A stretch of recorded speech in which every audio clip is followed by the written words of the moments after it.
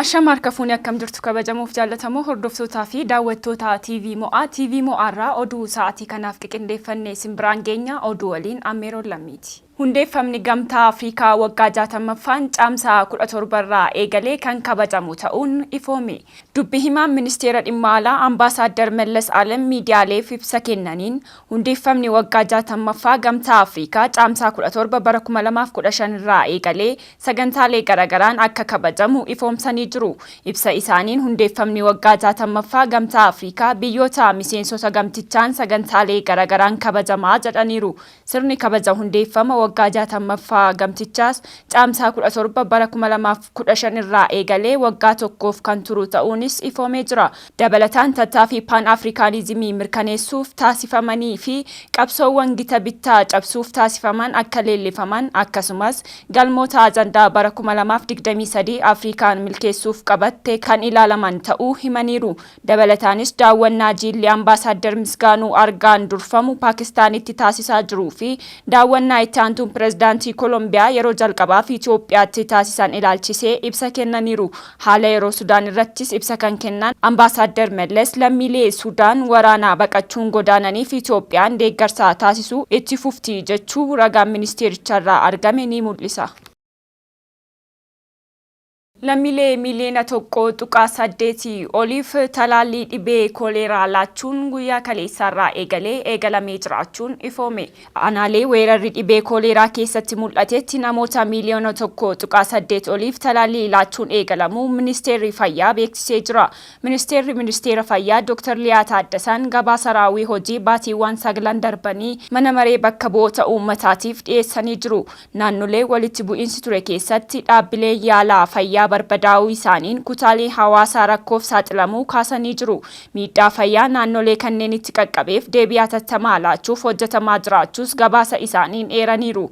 Naannolee Oromiyaa, Somaalee, Sidaamaa fi Kibbaatti weerarri dhibee kooleraa mudachuus kaasaniiru. Naannoo Oromiyaa aanaalee 25, Somaalee aanaa 3, naannoo uummattoota Kibbaatti aanaalee 21 fi Sidaamaatti aanaalee 4 keessatti weerarri dhibee kooleraa mudachuu ibsa isaaniin kaasaniiru. Naannoo Oromiyaatti hanga Eebila 17 bara 2015tti namoota dhibichaan qabaman 6,592 keessaa lubbuun namoota 400 darbuus eeraniiru. Naannoo Oromiyaa fi Somaaleetti dhibichaa ittisuuf namoota 86,000 oliif talaalliin kennamuus dubbataniiru. Aanaalee ollaa weerarri dhibichaa itti mudateetti namoota miliyoona 1.8tiif torbee kanarraa eegalee talaalliin kan kennamu ta'uu ibsamee jira. Itoophiyaa fi Sudaan Kibbaa gidduutti waliigalteen daandii mallatteeffame. Itoophiyaa fi Sudaan Kibbaa gidduutti daandii Paalosh Maatiyaang Mi'oot Paagaak ijaaruuf Juubaatti waliigalteen mallatteeffamee jira. Ijaarsi daandichaa lixa Itoophiyaa fi kaaba baha Sudaan Kibbaa wal qunnamsiisaa jedhameera. Waliigalticha ministeerri deetaa ministeera maallaqaa Dr. Iyyoob Takkaalinyi fi ministeerri maallaqaa Sudaan Kibbaa Dr. Diyeer Toongii Naagor mallatteessanii jiru.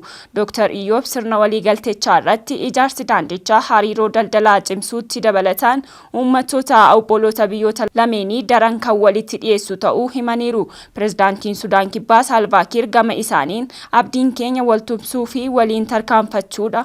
Uummanni keenya kana arguu fedhus kana kunis uummattoota keenya kan walitti dhiyeessu fedhiiwwan kan guutu piroojeektii tarsiimoowwaniidha jedhaniiru. Sirna waliigaltee Juubaatti gaggeeffame irratti biyyoota obbolaa lameen gidduutti walta'iinsa gam lameenii jiru guddisuuf kaka'umsa dureewwan mootummoota biyyoota lamaanii kan agarsiisuudhaas jedhameera.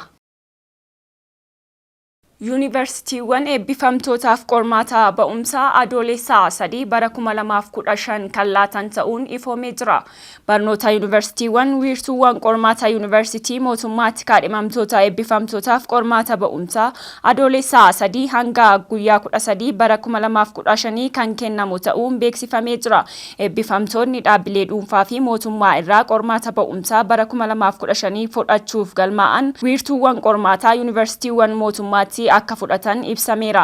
Barattoonni qormaata seeraa ba'umsaa bara 2015 irratti qabxii darbiinsaa hin argatin hafan ammoo yeroo wal fakkaatutti wiirtuuwwan qormaataa yuunivarsiitii mootummaattis qormaata fudhachuu kan danda'an ta'uun eerameera.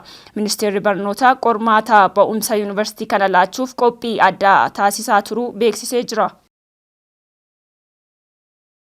Jiraattonni naannoo balfa qoshee yaaddoo balaa keessa jiran hatattamaan ni kaafamu jedhame. Jiraattonni magaalaa Finfinnee naannawaa balfa qoshee jedhamuun beekamuu fi yaaddoo balaa keessa jiran yeroo gabaabaa keessatti kan kaafaman ta'uun ibsame.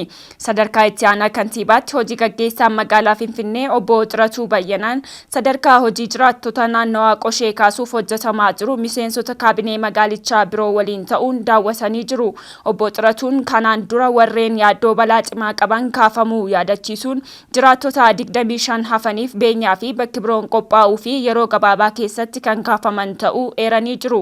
Namoonni 300 ol karaa seeraan alaa sharaa dhiisuun naannawichaa jiraatan waan jiraniif hojiin yaaddoo balaa malee akka jiraatan taasisuu saffisaan hojjetamuu qaba jechuun ragaan koomishinii hooggansaa sodaa balaa fi ibiddaa magaalichaarraa argame ni mul'isa. Kanaan dura naannawaa balfa qosheetti balfi goggogaan jiguun namaa fi qabeenyarraa miidhaa guddaa geessisuun isaa kan yaadatamudha.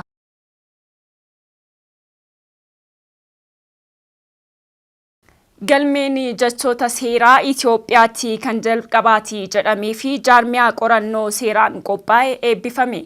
Kitaabni galmee jechoota seeraa Instituutii Leenjii fi Qorannoo Seeraa Oromiyaatiin qophaa'e kun jechoota seeraa kan ogeessonni seeraa fi seera baaftonni dhimma itti ba'an afaan Oromootiin kan qophaa'edha.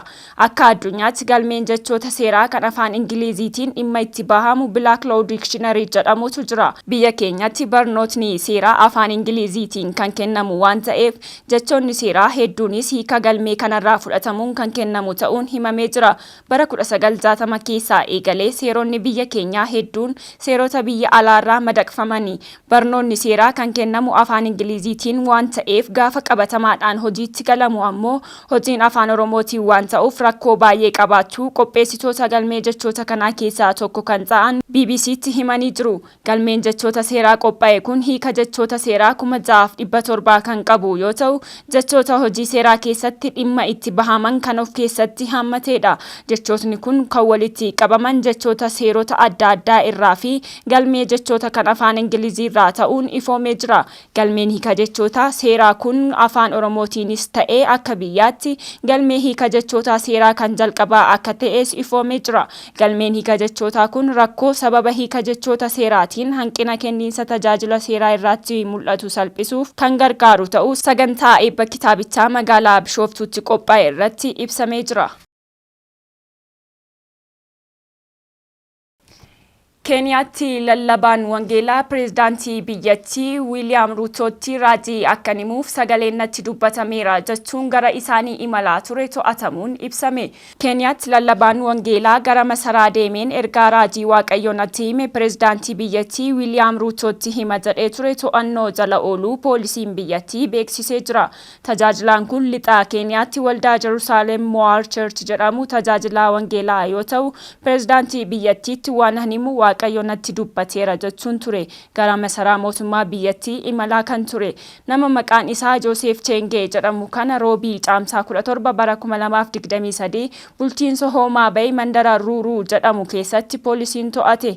Miseensota waldaa isaa kan ta'an namoonni biroo 9 isa waliin to'atamuu poolisiin biyyattii beeksisee jira. Hoomaa Bayitti qorataa yakkaa kan ta'an Abeed Kaaboo akka jedhanitti tajaajilaan kun miseensota waldichaa wajjin kan to'atamaniif tarii barsiisa nama burjaajessu qabatanii kan ka'an yoo ta'e adda baafachuuf akka ta'e hime.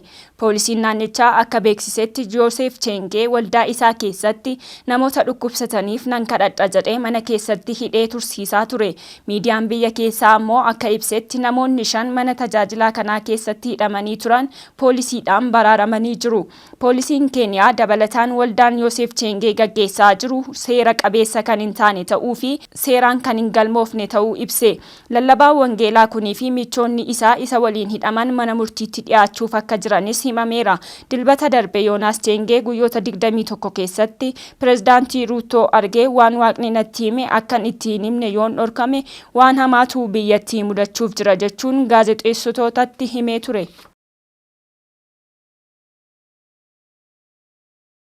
Pireezidaantiin Siiriyaa dhorkaa waggoota 12 booda yaa'ii liigii Arabaa hirmaachuuf akka jiran dhagahame. Pireezidaantiin Siiriyaa Bashaar al-Assad garee liigii Arabaa keessaa erga baafamanii waggoota 12 booda yeroo jalqabaaf yaa'ii liigichaa irratti hirmaachuuf Saa'udii galanii jiru. Biyyoonni liigii Arabaa mootummaan Pireezidaant Assad lammiilee nagaa bulchiinsi diimokiraatawaan akka dhufuuf hiriira ba'an humnaan cabsuun biyyattii waraana waliinii keessa galche jechuun moggaatti baasanii turan. Waraana Siiriyaa waggoota 12 lakkoofsise kanaan lammiilee walakkaa miiliyoonaa caalaan ajjeefamanii jiru. Mootummoonni Arabaa mormitoota deeggaran aangoon Assad yaaddoo nageenyaa qabaachuu dhabuu isaa erga amananii booda Siiriyaan baatii kana keessa deebitee fudhatamte. Biyyi yaa'ii kana geggeessuuf jirtu Saa'udiin biyyoota Assad ofitti dabaluun hirmaachisuuf eeyyaman keessaati. Hariiroon kun erga kirkirri lafaa hamaan Tarkii fi kaaba lixa Siiriyaa mudatee boodadha. Biyyoota Arabaa bulchiinsa Assad morman dabalatee rakkoo gama kanaan Siiriyaa mudateef birmatanii jiru. Guraandhala darbe keessas Saudi Arabiyaan jaarsummaa Chaayinaatiin biyya akka nyaaphaa isheetti ilaaltu Iraan waliin araaramtee jirti. Iraanii fi Raashiyaan biyyoota mootummaa Bashaar al-Assad tumsan yoo ta'an, Saa'udiinis kanaaf Iraanii wal dhabde. Waraana Siiriyaan lammiileen biyyattii miiliyoona 22 keessaa walakkaan qe'eerraa yoo buqqa'an, miiliyoona 6.8 kan ta'an ammoo biyyuma keessatti qe'ee isaaniirraa kan buqqa'anidha. Miiliyoona 6 kan ta'an ammoo biyya kanneen birootti baqatani. Balaa kirkira lafaa mudatee lammiileen Siiriyaa miiliyoona 15 caalaan gargaarsa namoomaa barbaadu. Kun erga waraanni biyyattii eegalee rakkoo namoomaa isaa hammaataadha. Waggaa kurnan oliif michuuwwan isaanii Arabaan qollifatamanii kan turan Bashaar al-Assad kamisa kaleessaa magaalaa Saa'udii yaa'ii liigii Arabaa keessatti gaggeeffamu Jiddaa seenan. Walga'ii ministeerota dhimma alaa biyyoota miseensota liigichaa 22 roobii gaggeeffame irratti barreessaan liigichaa Ahmed Abul Geit Siiriyaan teessoo isheetti deebi'uun waraanicha akka xumuramuuf agarsiistuudha jedhan. Siiriyaan teessoo ishee liigicha keessaa qabdutti haala kanaan deebi'uun biyyoota miseensa liigichaa ta'an hundaa walqixaa hin gammachiifne. Daawwattoota keenya oduun keenya ammallee akkatti fufetti jira. Amma immoo gara oduu ispoortiitiif qindeeffannetti isin ceesisna. Turtii gaarii. Akkam jirtu daawwattoota televezyiinii mo'aa amma yeroon kan oduu ispoortiiti. Oduu ispoortii wajjin Andiraa Dabbabaati. Leenjisaan Obsheet Dassaaleny leenjisaa akka herreegaa garee biyyaalessaa Itoophiyaa ta'uun har'a federeeshiniidhaan muudamaniiru. Federeeshinichi garee biyyaalessaa Itoophiyaatiif inistiraaktar Daani'el Gabra-Maariyaamii fi leenjisaa Daggaa Dagaagzaawun yeroodhaaf leenjisaa tokkoffaa fi lammaffaa gochuun muuduusaa kan yaadatamu yoo ta'u, leenjisaa kan herreegdotaa gochuun immoo leenjisaa Qiddus Giyoorgis ta'anii kan hojjechaa jiran Obsheet Dassaaleny muudeera. Gareen biyyaalessaa Itoophiyaa taphachi 13 calallii geeba Afrikaatiif taphasaa Maalaawiin waliin dirree Moozaambiik irratti kan godhu ni ta'a.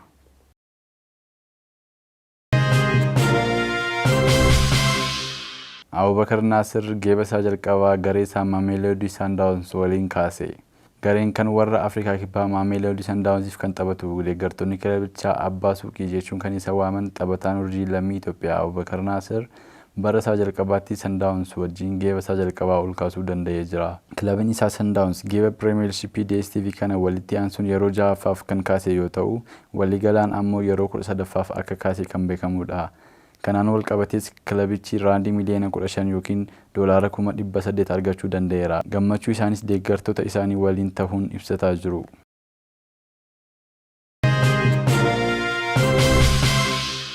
Gara odeeffannoowwan ispoortii biyya alaatti gaafa dabarru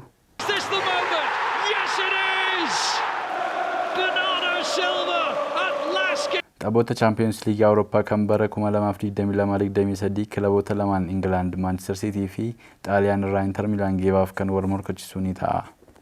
Gareen Pep Guardiola Manchester Cityin tapha dhagaagalaan Awurooppaa irratti olaantummaa kan qabu Real Madrid dirree isaa irratti tokko qixabachuuf Milaan 3-2 dhagaagalaan mo'achuun kilabii cimaa baranaa fi taphattoota ciccimoo kan akka Kevin De Bruyne, Erling Haaland, Grealish, Bernardo Silva fi leenjisaa seenaa hedduu qabu Pep Guardiolaatiin durfamu Manchester City waliin fuula fuulatti Istanbul irratti kan wal morkatan ta'a. Kroos thinks about it. Oh, he's hit the bar. Taphoota Awurooppaa liigiin gareen Jose Mourinho Roomaa walitti aansuudhaan taphoota biyya alaa Awurooppaa keessatti dorgomaman lamaan irratti xumuraaf gahuu danda'eera. Baranas dirree isaa irratti tapha jalqabaan Leverkusen simatee 1-2dhaan mo'achuun carraa bal'ifachuun gara Jarman kan imale Roomaan Jarmanitti keessumaa deeggartoota Leverkuseniin baay'ee qoramus taphichaan goolii malee qixa bahuun tapha geebaan Sevilla kan simatu ni ta'a. Siiviyaan bara kana Manchester United galchee dumoodhaan gara nusa xumuraatti kan darbe yoo ta'u, walakkaa xumuraatiin ammoo garee cimaa kan warra Xaaliyaanii Juventus simachuun dirree Juventus San Siro irratti tokko qixa kan bahan yoo ta'u, dirree ofirratti kaleessa taphatanii Juventus tokko duwwaa dursaa turus Suusuu daqiiqaa 71ffaa fi Eriik Laamelaa daqiiqaan dhumee dabalataa 95ffaa irratti galchii galcheen gara tapha xumuraa Awurooppaa Liigii baranaatti darbuu danda'aniiru. Tapha xumuraa kanaanis Roomaa kan simatan ni ta'a.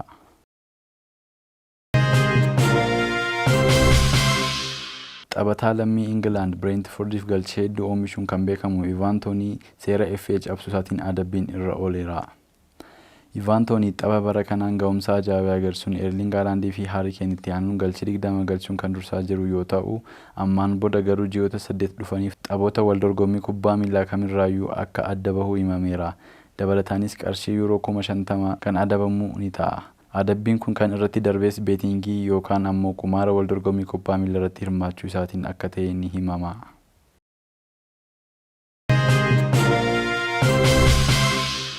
Kabajamoo daawwattoota televezyiinii mo'aa oduun ispoortii keenya kan haga ammaa ture. Oduu wajjin kan isin waliin ture Andiree Haaraa Dabbabaatii. Qophiileewwan hafan waliin turte gaarii. Daawwattoota keenya oduun nuti guyyaadhaatiif qindeeffanne kan isin haga ammaatti daawwachaa turtan ture. Oduu waliin Ammeeroo Lammiin ture. Qophiileen TV mo'aa afaan kanneen biroon itti fufuu isaa waliin turtii gaarii.